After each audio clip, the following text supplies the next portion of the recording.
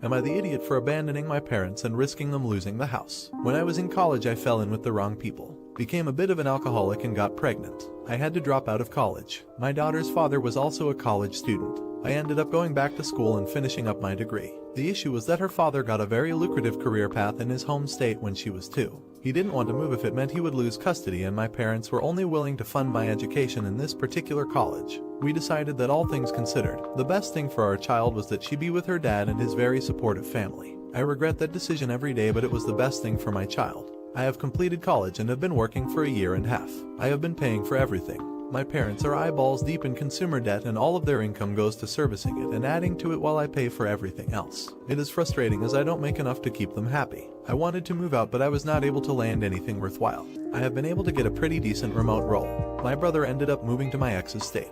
He asked me if I wanted to move in with them. I jumped on the opportunity. I lied to my parents that I was just visiting him and flew out. I have been staying with him ever since. My parents are incredibly angry. They have accused me of abandoning them. They think they will lose the house. They want me to still help them and move back. I feel like an idiot because they have helped me. They took me in when I was someone on the edge of alcoholism, and now I am a sober and productive member of society. It could have been so much worse without their help, and I was pretty underhanded about it too. You're the idiot. I am sure some of their debt is your college expenses. I completely understand that you should be close to your child and back in his/her life. I suggest you and your parents make a budget for them, listing all their debts and what you are willing and able to help with. You may pay off your school debt if that is still outstanding. Sneaking away you did was the easy way out to avoid a confrontation. Finally, if you parents are in financial trouble, all of their children should try to assist and not just you. Not the idiot. Your parents made the choices that put themselves in debt. You don't owe it to them to financially support them for the rest of their lives and lose out on being in your son's life in the process. Update. It has been 2 months since I posted and a lot has happened.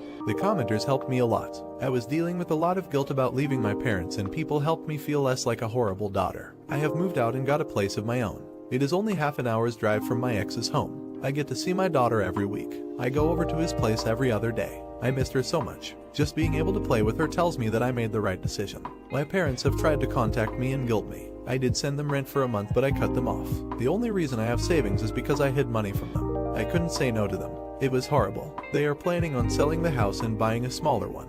They will have no savings left for retirement. My sister, who I have a really strained relationship with, called me and tried to tell me that I should at least help them out after they paid for my college. She had a specific figure, which was way more than they spent. I told her they didn't pay that much for my education. She didn't believe me, but I sent her the receipts. So, they had asked her for money and she had given them the money. They had told her that they needed money because they were paying for my tuition. They just inflated how much they were paying on my behalf.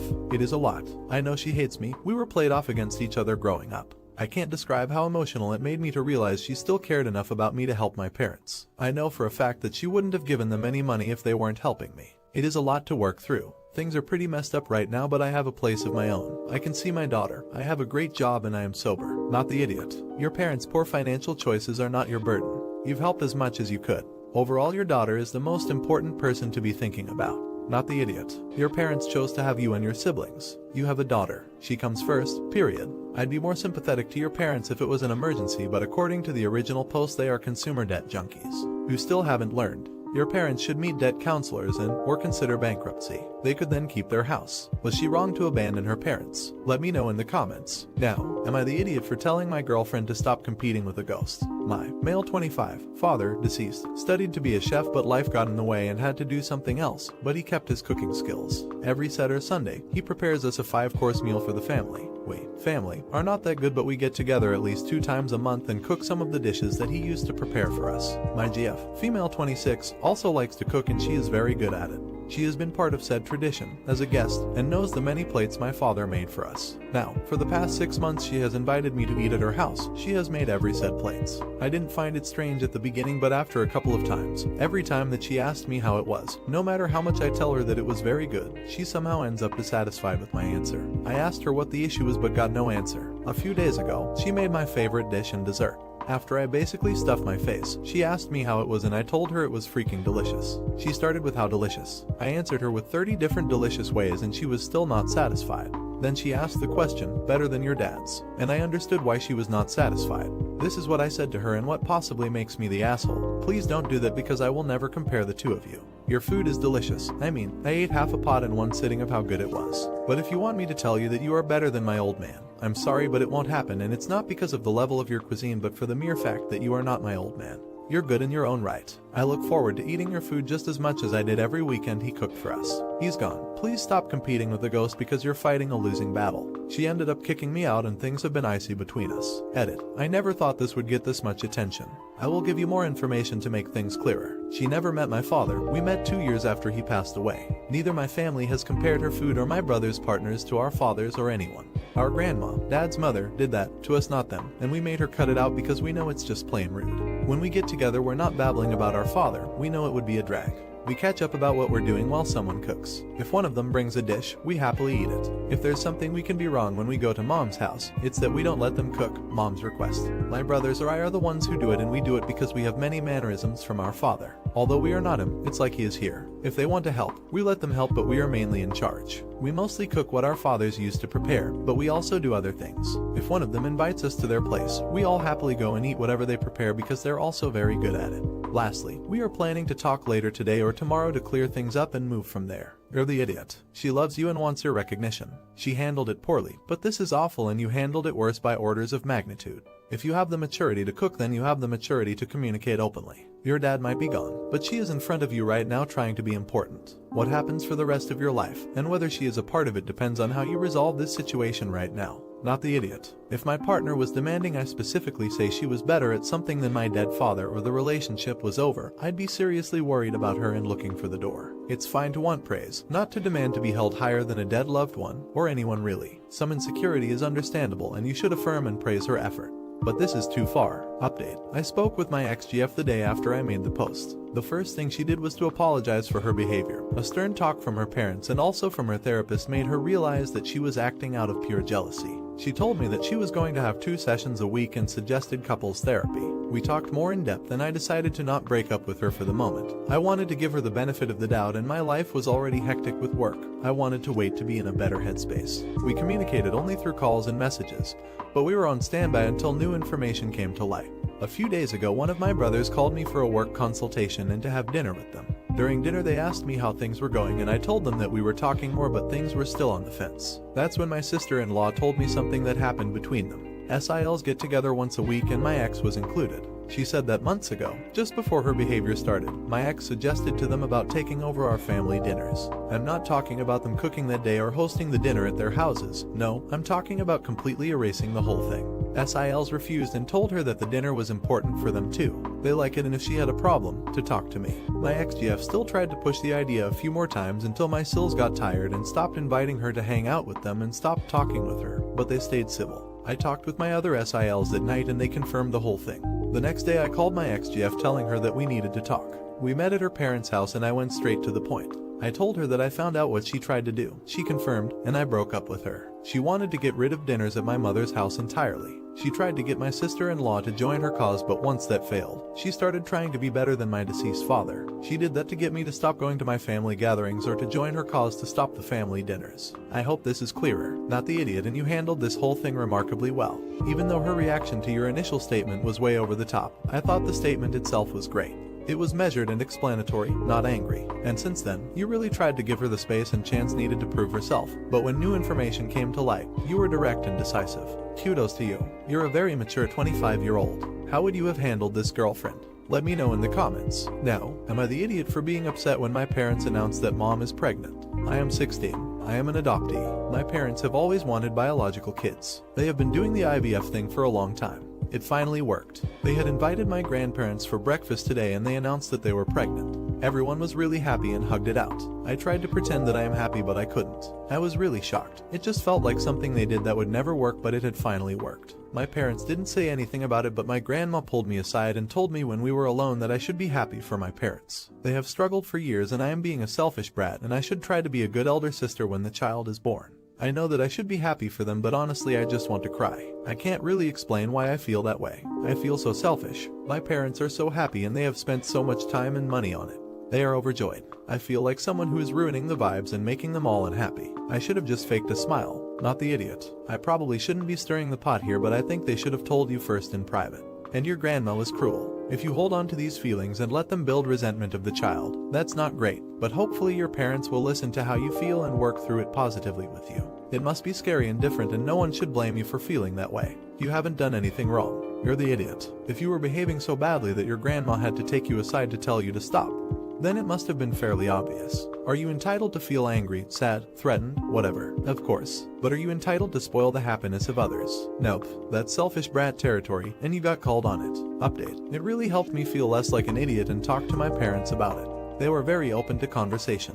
They said they had been overwhelmed with excitement and handled it very poorly by not telling me. I think they saw why I may be worried, and they told me why they wanted to do IVF rather than try to adopt again. I was fostered before being adopted, and one of my relatives tried to gain custody but failed. I knew that, but they have always told this in a manner where they always knew that they would be able to adopt me, but I guess they didn't know they would get to raise me. Mom told me that they had already fallen in love with me, and at one point they had been so sure they would lose me that they had said their goodbyes to me. They were both close to tears when they talked, but my relative failed to show up to court, and I ended up being adopted by mom and dad. It is very sad. I have never realized how stressful that would have been for them. We talked a lot, and I was very much less scared about the baby. No idiots here. Thank you for your update and your honesty. It sounds as if you're with loving parents that care a lot about you, and this is wonderful to see.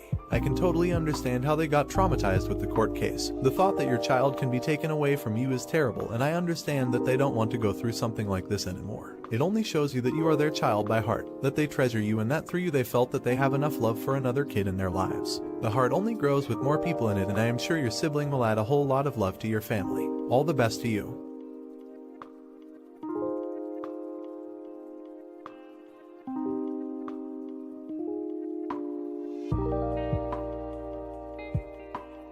Would I be the idiot if I had my husband in the room for my birth rather than the baby's soon-to-be parents? So this is my second surrogacy pregnancy. My first surrogacy was great. The pregnancy went well, the parents were nice, and the baby was healthy. Well, this surrogacy has been awful. The parents are immigrants from a country in the Middle East. I am black, and where they are from, people with darker skin are always servants, maids, and treated like trash. They were fine before I got pregnant, but since I got pregnant they have been extremely abusive and rude to my husband and I. The baby is going to have a lot of health problems, which they have all blamed on me. The agency we work with knows how rude they are but doesn't know how to handle it. Well, I am due in about a month and a half and I'm on bed rest. They have also only been open to people having a natural birth with no medication. We were fine with that because my son was a natural birth and it wasn't that bad for me. I am worried about having a natural birth with this baby because of its health, but it isn't my kid, so I don't know. We tried to FaceTime them last night, but they were very rude. They tried to act like my doctor and said that if I just exercised more, maybe the baby would be healthier. Well, anyway, I tried to bring up possibly getting an epidural, and they freaked out and called me the N-word and a slave and other extremely hurtful things. I am only able to have one person in the room, and honestly I want my husband. He was great at keeping me calm during both my labors, my son and the other surrogacy. Before, everyone automatically assumed it would be the mother, but the agency said I can choose whoever I want, and I really don't want her freaking me out even more when I'm already stressed about the baby's health. So would I be the idiot if I had my husband in the room with me rather than the baby's mother? Not the idiot. Your health is also important. Why did they pick you if they're so racist? Hopefully the agency blacklists them because that is unacceptable. They are abusing you. You control the birth, not the idiot. You are the patient. It does no one any good if you're stressed during labor. Have your husband in the room. And remember, a birth plan is just that. A plan. So, if in the end you need that epidural, get it. Ultimately, it's your body and your choice. And you were open to it, but the situation has changed. No one has the right to treat you like that. So, have your husband in the room and thank your lucky stars that you never have to deal with these people again. Update. Okay, so some major things have happened and I wanted to make an update post. So only about 5 days after I made the post I went into labor really early, a little over a month and a half early. So we went to the hospital and our lawyer and agency representative came as soon as we called, but the parents were very late. I don't want to go into the birth too much because of how scary it was, but I ended up needing my husband in the room. The parents said if they couldn't be in the room they would go to their home and wait until we called to say that the baby was born. I ended up doing a natural birth because it was a split-second decision and I didn't want to cause more drama. After a long and painful birth, the baby ended up in the NICU. The baby was very underweight and had a seizure and had some heart problems. The agency representative called them and only the wife arrived. She was very angry when she was told she couldn't just pick up the baby and leave. She had to call her husband, which they were both very upset about. Neither of them wanted to go to the NICU to see the baby, but the representative said they had to before I signed my rights away. When they did, they came back and said they weren't sure if they wanted the baby and they were going to sleep on it. Our lawyer told us that she would call some of their family to see if they wanted the baby if they decided they didn't. We found out that all their families are back in their home country. They called the next morning and said they didn't want the baby because no last names. As I read it, we decided to keep the baby. We named her Akira and brought her home a few days ago. Many people predicted this would happen. We are waiting to see if they are going to pay the hospital bills because although they did not keep the baby, it is still their responsibility. If not, we will sue. Thank you all for your kind words. We are settling into life with our newest addition, and so I may not be able to read everything, but I will try my best. Edit. Thank you all so much for the kind words. Just to be clear, she is our fourth. My husband's cousin wasn't able to keep her kids for reasons that are irrelevant. We adopted them a few years back. Edit 2. Just to be clear, my husband's Indian, not black like me. You're the idiot. I don't see how the parents are at fault. It's reasonable to think that the baby's health problems are caused by the surrogate's lifestyle during the pregnancy. If she wasn't taking vitamins, wasn't eating healthy food, was drinking alcohol, was smoking, etc., I don't think they thought of you as a slave, but a surrogate is a servant in the sense that she serves as a vessel for the embryo created by the parent's genetic material. Not the idiot. Congratulations on the little one. I know this has been a terrible ordeal, but you have a beautiful baby you've brought into this world who you can do so much good for. She's lucky to have you as her parents rather than them, of that I am absolutely certain. You should be proud that you got through this, and I want to wish you the absolute best of luck. Even though this baby already seems to have the best luck in the world by getting to be with you instead. How would you have treated the parents of your child? Let me know in the comments. Now, am I the idiot for lying to my parents about my sister's love life? My parents are rich and conservative. My sister and her long-term boyfriend were dating for a long time, but they were resistant to getting married. My parents really wanted her to get married as quickly as possible. They offered them a down payment for a house as a wedding gift. It was a lot of money and I think they needed it. They agreed and got married about 3 years ago. They moved to the city I was staying in and bought a nice house. The weird thing was that their roommate from before also moved with them, and they let a room in their house to her too. I don't know the exact details about their relationship, but from what I can see, it is obvious that all three of them are involved. They have one photo of the wedding and the rest is of all three of them together. It was none of my business, but my sister and her husband seemed happy, and well, it is none of my business anyway. Well, my mom found out about this somehow. She is furious at my sister. She thinks she is sinning and she has patricianly disowned my sister. She is also angry with me as she knows I am close to my sister and visits her often. They had their suspicions for a long time and she had asked me vaguely about it before. I don't know why my mother was suspicious, but yeah, I lied and pretended that they didn't have a roommate. My mother feels like my sister ripped them off and lied to them as she feels her marriage was a sham. She is angry with me for abetting my sister and lying to her. It was a ton of money even for them, so I understand some of their anger, but I have mostly been able to stay civil with my parents. I hate lying and I actively lied to them about it. I feel like they are in the wrong here, but none of us come off looking good. I also feel like technically they paid her to get married and she did, but that is the kind of argument my dad would use, so I know I am an idiot here. Not the idiot. For multiple reasons. 1. It's not your news to tell, it's your sister's. 2. You didn't even know what the actual situation was, and if you didn't feel like it was your business to ask, that's understandable. 3. You didn't lie to them. You chose not to spread your sister's business. That's different, and I'd say you were taught if you told them behind your sister's back. 4. Your parents were going to find out eventually, whether that was by accident or by your sister telling them. Knowing they'll find out eventually, I wouldn't have told them either. 5. You didn't even know about the third at the time of the wedding, so any argument they use about wasting their money on the wedding is null. Update, all the not the idiot comments helped me soothe my heart about the guilt I felt about lying to my parents. My mother said that both of us were not invited to Thanksgiving anymore. Okay, I finally got the opportunity to talk to my sister yesterday. All three of them were in a relationship.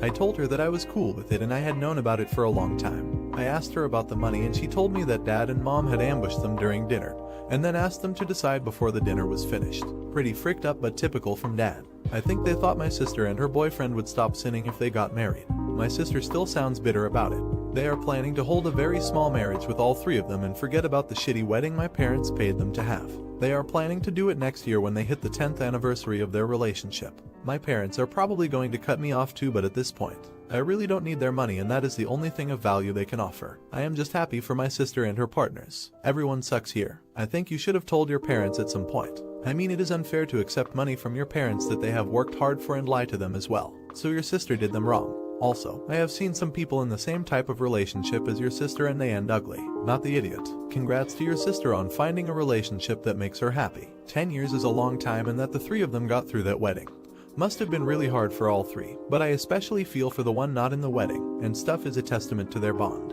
You sound like an amazing sibling. Sorry about your parents. Should Opus have told their parents sooner? Let me know in the comments. Now, would I be the idiot if I didn't give my parents a year of a public relationship with my fiance? Let me start this out by defining public. We, female 24 and male 27, are public. Anyone I care about knows about our relationship. The only people we aren't very public with are my family. So by public, I mean being open with my family. Important to know that we are an interracial couple. I'm white, he's black. Now let me explain why we haven't been public. We met in high school. I was a freshman and he was a senior. I had a huge crush on him. We texted and flirted, but nothing really happened. He lived in a large foster family home, so no dates allowed. My parents told me he was too old. They told me I was not allowed to speak with him until I was 18, and my dad told him to never contact me again. When I left for college, we started chatting again and had our first date.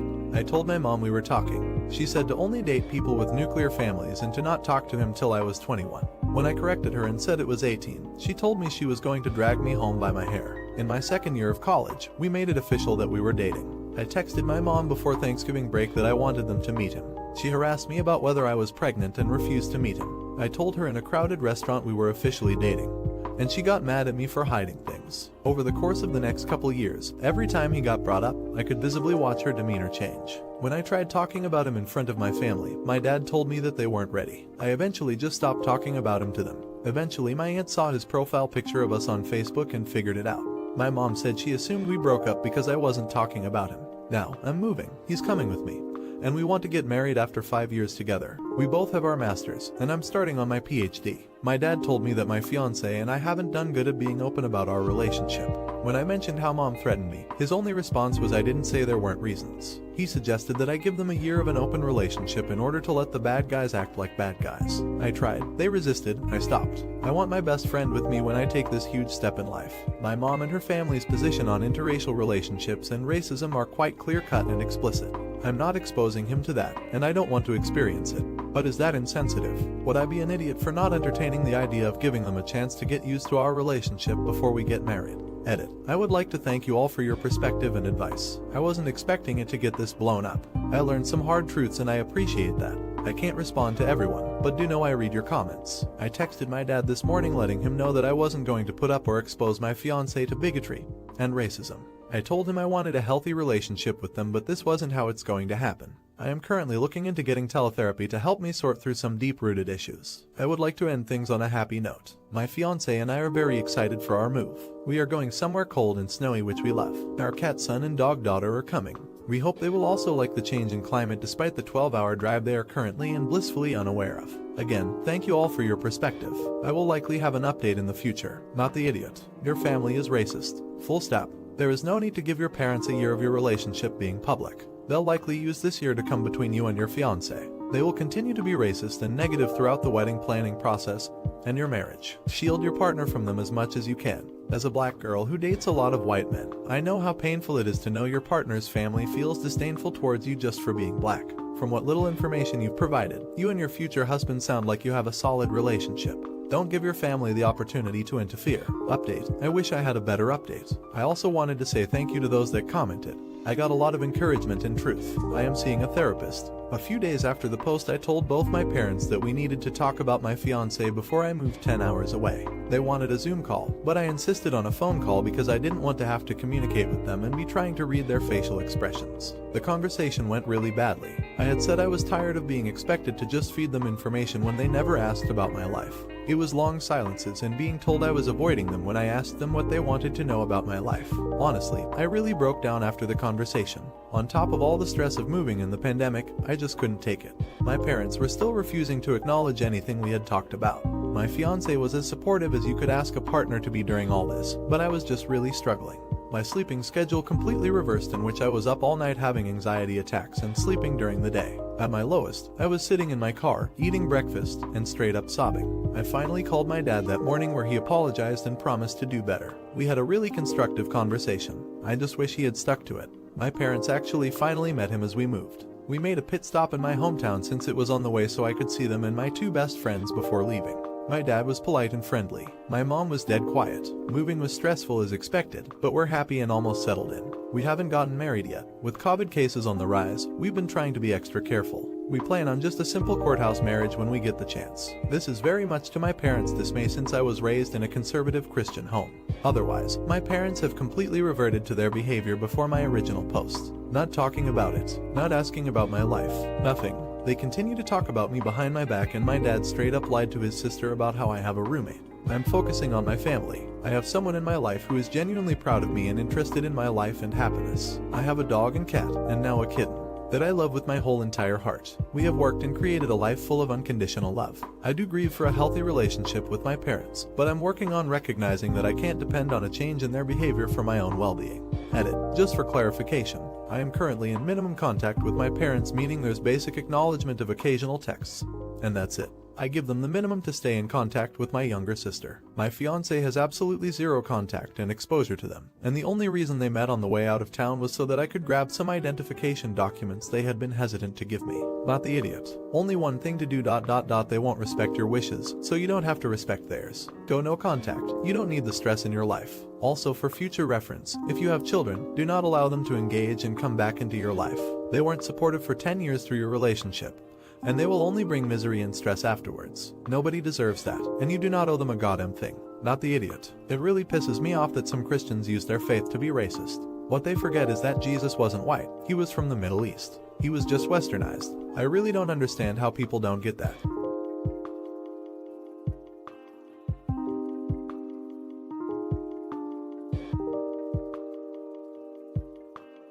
Am I the idiot for being a stay-at-home parent and going back to school? My wife has an incredible work ethic. Neither of us is college educated but managed to be professionally successful the majority of our adult lives. My wife has worked since she was 15 and really defines herself by the work she accomplishes. She worked right up until she gave birth, even though she didn't really need to. We had been planning for her being at home, and my job had amazing insurance, so the hospital bills were manageable. After our daughter was born, my wife went back to work after about 2.5 months. She was going crazy being at home with the baby all the time. I was working from home full-time. My job was very demanding and I had a lot of clients. I was unavailable from 8 until 6 every day. This was hard for my wife. I was technically home but really needed to focus on my job, so there wasn't much help. I instead took on dinners and laundry and cleaning, and whenever the kiddo woke up at night, I was the one that got up to let my wife sleep. We were both incredibly sleep deprived. That's just how it goes with newborns. When my wife went back to work, we couldn't afford childcare, and my wife essentially said, "You're home. You're on deck." I went from working 50 hours a week to working 50 hours a week while taking care of my daughter full-time. My work suffered, my relationship with my clients suffered, my marriage suffered, and I was still getting up at nights because my wife would just sleep through our daughter crying. The company I worked for was sold a year later. I found work here and there that let me be home with our baby during the day, but knew I couldn't work full-time from home again and take care of the baby. My wife suggested I stay home. She got a new job with insurance for her and our daughter, but my insurance went away. I was stuck. My wife wasn't going to change her job plans and made it clear she wasn't up to being the stay-at-home parent. We couldn't afford childcare, couldn't afford insurance for me, couldn't let me find work that would help pay for that stuff. It's been about a year, and other than the occasional seasonal gig, I've been the stay-at-home parent. My wife constantly uses this against me when I ask her for things. "You don't bring in any money. You don't understand the stress of being the sole provider." This really hurts. She didn't really give me a choice here, but makes me feel awful for being home and won't combine our finances so I can help budget. I'm going back to school in September. I arranged everything to make it possible, but my wife has been telling me what a terrible idea it is. My parents are paying for it and providing childcare 2 days a week. My father has a degenerative disease and won't be able to babysit in a few years. I'll also be able to get some health insurance. Other than asking my wife to watch our daughter 2 weekdays instead of 1, I've made sure she won't have to do anything else. She's literally just moving one of her days off. But she's making me feel horribly selfish. Am I the idiot? Edit. I never really thought of my wife's behavior as abusive, but that seems to be the general consensus so far. I never even considered that financial abuse might be a thing. I'm not sure what to do. Right now I'm leaning towards trying to make my wife aware of what she's doing and how it is affecting me. Reading your comments has been a little therapeutic. A lot of this stuff feels like things I've known in my head but have really been afraid to acknowledge. If my wife refuses to address these issues with me, I'm genuinely afraid of what that means for my family. Thank you to everyone who has responded up to now. I've been doing a lot of uncomfortable reflecting and have more to do, I'm sure, but this was helpful. NTA. Now I'm assuming you're male, and please correct me if I'm wrong, but I'm going to give you the exact same advice as a female anyway. Run. Your wife is financially abusing you. She got a job with a raise, which means you can't work because you can't afford childcare. I'm assuming, not knowing where you're based, that would cost $800 per month, and you can't afford insurance for yourself. If you were working full-time after tax, that would leave you about $400 ahead of where you are. No, based on New York. That should allow you enough to be added to your wife's insurance. But that's not what your wife wants. She complains when you buy stuff yourself. Okay, money is tight, I get that. But she's not combining finances to allow you to A, know your family's true financial position, and B, budget to improve it. Right now, your parents are willing to assist with childcare and pay for you to get an education to help you improve your lives. Your wife directly wants this because she would actually have to help out with her child.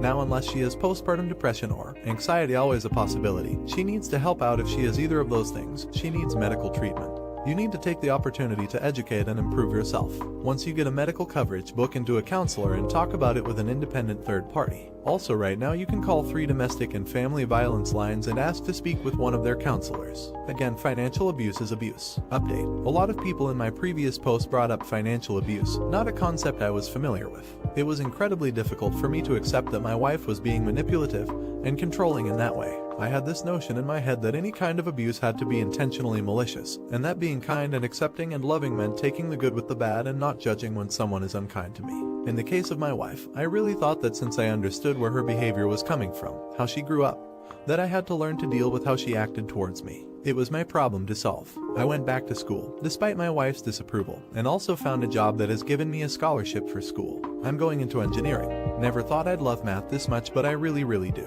Thought getting a job and having tuition covers might stop my wife from being upset about school, but oh boy, I was wrong. My wife is still not supportive. I just finished up my first year of classes literally yesterday, 4.0 baby, and I'm on cloud 9. The entire year, all I've heard from her is how little I help around the house, that my job should pay me more, that she can't be expected to do everything, that it's going to take too long to get my degree. Endless. I will always love my wife, but I've realized we're not good together. With the help of my therapist, I've been learning to say what I want and to set reasonable boundaries and expectations, especially with money. I want to be able to co-parent our daughter together, but I'm also very aware that my wife isn't likely to split with me amicably. It's a tough position to be in for me. All in all, my life is on a positive path. I'm grateful for the insight everyone here provided. I'm sad about my marriage, but since I made the decision to separate, I've felt so much relief. I'm working to not feel guilty about that. I was raised to believe that divorce meant failure. Sometimes relationships just don't work out. Trying to keep something going when it's just over. Surefire way to be unhappy. I'm glad I've got the perspective to see that now. I don't want to make it sound like I'm perfect and my wife is this raging bee. The first few years of our marriage, I was battling undiagnosed bipolar disorder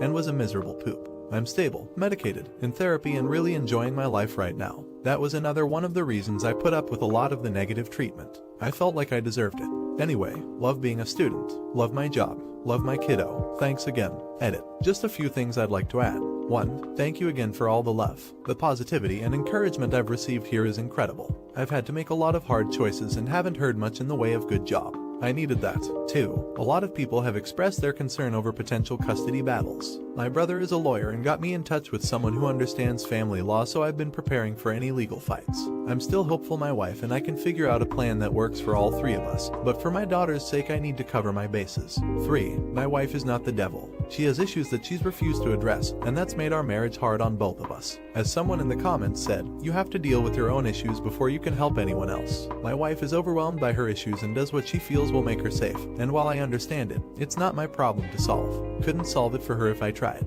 And I've tried. 4. To the people who said we should never have had a child together, you're probably right, but I'll never regret that my daughter came into the world. Best person ever, hands down. 5. If you or someone you love is struggling with mental health issues, don't wait. Address it now. Do whatever it takes to find the help you need. It will only get harder to deal with if you wait. Not the idiot. Your wife sounds terrible, and you will be so much better off divorced and in control of your own life. Make sure you document everything about how you have been the primary caregiver to your child, and your wife has complained about having to parent even just 2 days a week. You will need all the documentation you can get for a custody battle. Not the idiot. Congratulations. I bet it feels amazing to get validation through school and good grades. Happy for you that you're going for your own future regardless of the obstacles. It's only going to make you even happier in the long run. Divorce in your case means that you're on different paths and aren't compatible anymore. Should he divorce his wife? Let me know in the comments. Now, am I the idiot for refusing to get along with my father's GF and by doing so, preventing them from moving in together? Some background info. My mother, 37, had me, male 20, at 17. She was never a mother to me, and I was raised by my grandparents and later my uncle,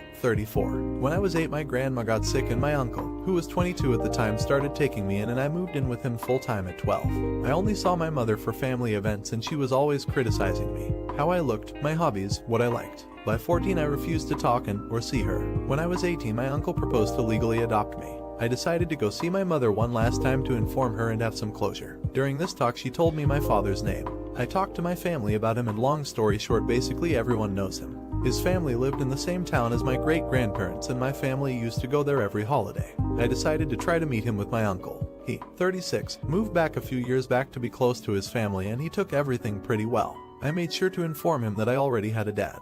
He told me he had no children and was interested in knowing me. He presented me to his parents, and they even found some pictures of me with him from before he went to college. For the last 2 years, we had a pretty great relationship.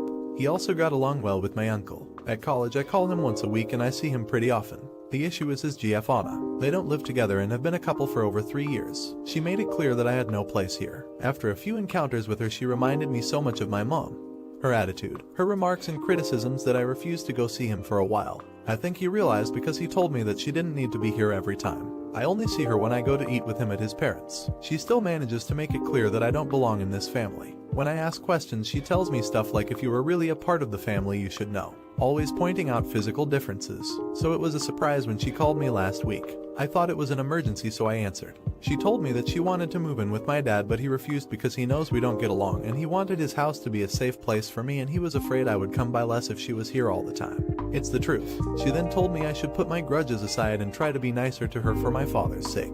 I told her no. I had years of therapy to be able to remove toxic people from my life, and being with her is like being with my mom. I do not want to put myself in this kind of situation anymore. I talked to my uncle and he agrees. For him, my mental health should always be my top priority, but some other people think that I should at least make an effort for my father's happiness, and that it would be selfish to not try. Not the idiot. Please tell your father she called you, and what she said, she was way out of line to contact you. Especially since he had set a clear boundary. Your father decided your feeling safe at his home was more important than moving in with her, so everyone who says you should put his happiness first needs to be quiet. He made his decision. Not the idiot. If she can't play nice, why should you? If she makes a genuine effort to get to know you and be a nice person, then you should try to. But if she is going to continue to make you feel unwelcome, no effort is needed. Update. After reading your comments, I realized what the issue was. When I explain my family situation to people, a lot of them, not close friends and immediate family, say the same thing.